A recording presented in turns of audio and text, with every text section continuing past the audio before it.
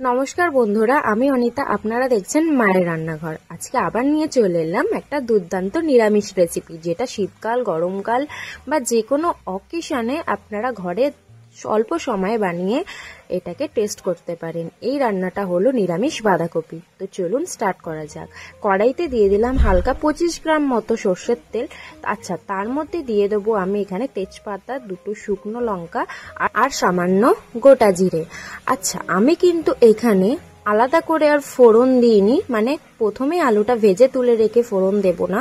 আমি প্রথমেই ফোড়ন দিয়ে এখানে ডুমো ডুমো করে কেটে রাখা আলুটাকে কিন্তু তেলের মধ্যে দিয়ে ভেজে নেব। আচ্ছা, ভাজবো কিন্তু তুলবো না, কারণ আমি এখানে টাইমটা ওয়েস্ট করতে চাই না। আমি একবারেই ফোড়ন দিয়ে আলু দিয়ে দিয়েছি, আর তার মধ্যে দিয়ে দেবো কিন্তু সামান্য পরিমাণে নুন, আর দিয়ে দেবো হলুদ গুঁড়ো। এই নুনটা দেওয়ার একটাই কারণ, সেটা হচ্ছে আলুটা যেন তাড়াতাড়ি পরিমাণে বয়েল হয়ে যায়।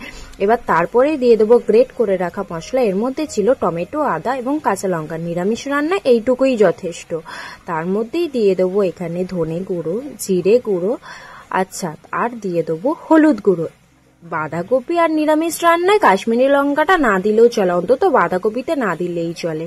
তারপরে যে বাকি পরিমাণের নুনটা বাকি ছিল সেটা দিয়ে কড়াইশুঁটিগুলো দিয়ে দেবো, কারণ একটু গলতেও তো টাইম লাগে।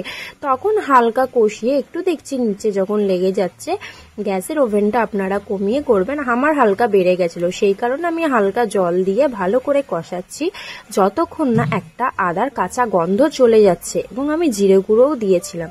আদা জিরের গন্ধ যতক্ষণ না যাবে এই টেস্টটা কিন্তু আসবে না। আচ্ছা, তার মধ্যে আমি এখানে দিয়ে দেব সেদ্ধ করে রাখা বাঁধাকপি।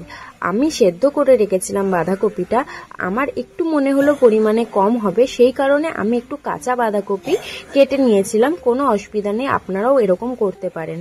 আমি এখানে বাঁধাকপিগুলো সব দিয়ে ভালো করে মিক্সড করে নিচ্ছি।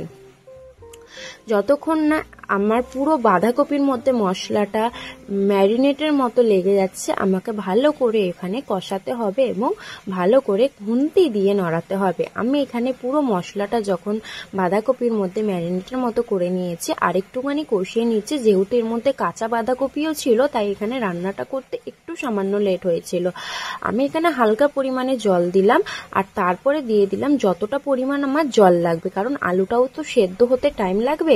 আমি এখানে সামান্য পরিমাণে জল দিয়েছিলাম, আর এখানে কিন্তু দিয়ে দিলাম ঘি, আর আমি চিনিও দিয়েছিলাম। আপনারা যেরকম মিষ্টি খেতে চান ওই পরিমাণে কিন্তু চিনিটা দেবেন। চিনিটা দিলে রান্নার কিন্তু স্বাদটা আরো দ্বিগুণ বাড়িয়ে দেয়। আর তার উপরেই দিয়ে দেবো কিন্তু গরম মশলা। গরম মশলাটা এই কারণেই লাগে, নিরামিষ রান্নায় ঘি গরম মশলা না দিলে সেটা কিন্তু স্বাদটা আর বাড়ে না। আচ্ছা, এবার কিন্তু আমি ভালো করে জল দিয়েছিলাম, সেই কারণে যে ঘি গরম মশলা চিনিটা দিলাম, একটু ভালো করে মিক্সড করে নিয়ে এটা কিন্তু চাপা দিয়ে দেবো। চাপা দিয়ে 8 থেকে 10 মিনিট চাপাটা খোলার পর তখন আমি দেখলাম মোটামুটি বাঁধাকপিটা হয়ে গেছে। এতটা গরম ছিল যে ক্যামেরাটাকে পুরো ব্লার করে দিচ্ছিল। তো আমি আর ভিডিওটা স্কিপ করিনি, একটুখানি প্রবলেম হলো, তার জন্য কিন্তু ক্ষমা প্রাপ্তি। আচ্ছা, এবার কিন্তু দেখলাম আমি ভালো করে একটু আলুটাকে জাস্ট খুন্তি দিয়ে দেখছিলাম যে আলুটা গলেছে নাকি। দেখছি হ্যাঁ, মোটামুটি গলে গেছে, একটু জলটা শুকাবে। তো সেই কারণে আমি আরেকটু ভালো করে কষিয়ে নিচ্ছি যতক্ষণ না একটু শুকনো শুকনো ভাব হয়। অনেকে আছে একটুখানি জল ভাব থাকলেও কোনো প্রবলেম নেই, বাট আমার যেহেতু শুকনো শুকনো ভালো লাগে, তাই আমি শুকনো শুকনো করে ভালো করে কষিয়ে নিলাম। আচ্ছা, এবার হচ্ছে অলরেডি রেডি হয়ে গেছে। এবার তো গরম ভাতে আমার শুধু কিছুই না, ডাল, একটা আলু ভাজা, আর যদি বাঁধাকপি তরকারি থাকে তাহলে কিন্তু আমার একার বলে না, সবার কিন্তু খাওয়াটা জমে যাবে।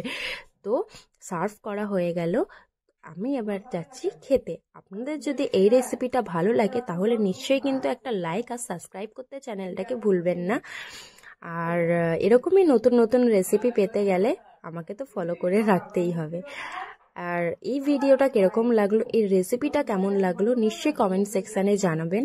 আর কি কি রেসিপি আপনারা চান সেটা কিন্তু জানাতে একদমই ভুলবেন না।